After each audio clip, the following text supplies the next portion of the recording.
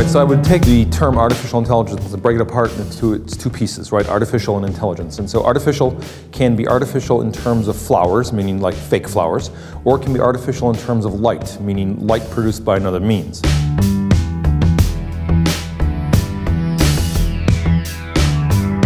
And I think sometimes we mean artificial in the first sense, and then we're talking about fake intelligence, and other times we mean artificial in the second sense as a simulation of intelligence, right? And I think that's important to keep distinct as we talk about the term artificial intelligence. What I think is most useful is to start from intelligence. And there's a very simple, clear, unlike some people say, there is a very simple, clear definition of intelligence that we've been using in biology for more than a century. And it's just the capacity of an organism to do the right thing at the right times. One way to think of that is as a form of computation. You're going from understanding your current context and choosing an action. So you're transforming perception into action. What's artificial intelligence? The only thing that's different is that it's intelligence. Obviously, it's a subset of intelligence when it's done by an artifact. What's an artifact? It's something that people have made deliberately.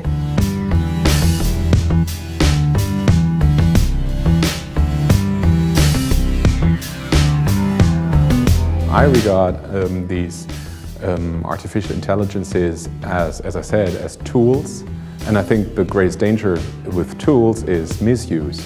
So if the right tools is in the wrong hands, that's dangerous. That's potentially dangerous, especially when it comes to weapons. I think there might be several dangers. So I think one of them is that we have these very well-developed, very strong cultural ideas, stories, myths, etc., whatever you want to call them, about what we think robots can do and what they think they might be. I think we anthropomorphize them much more kind of in these cultural stories than the machines necessarily merit.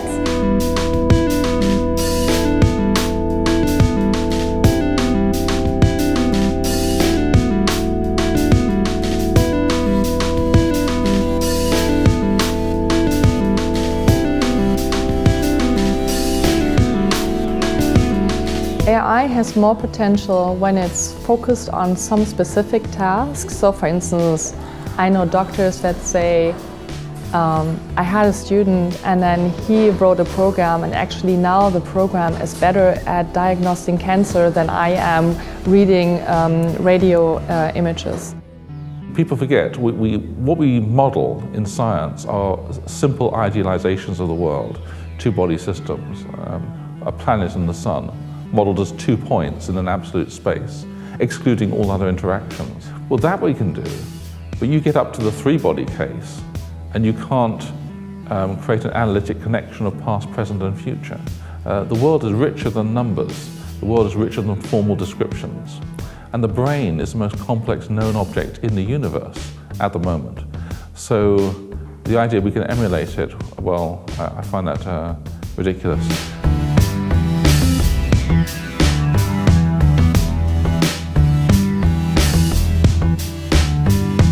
I actually don't think we have as many robots in society as the perception seems to be.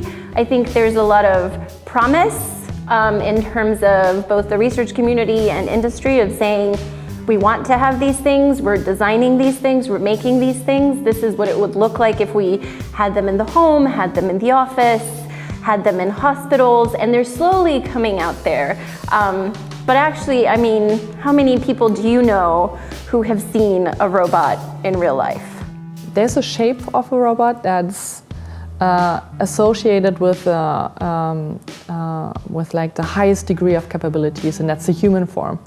Yeah, and that makes sense because we are the most capable beings on Earth.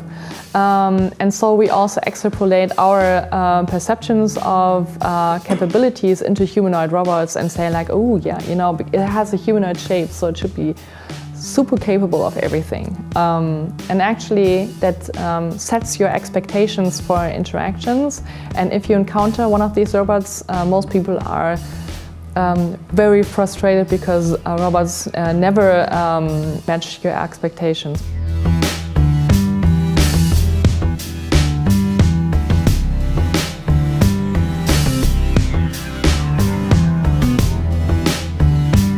I think the animal question is a good precedent for how we begin to work with the question having to do with the moral and legal status of entities that are robotic or algorithmic, whatever the case is.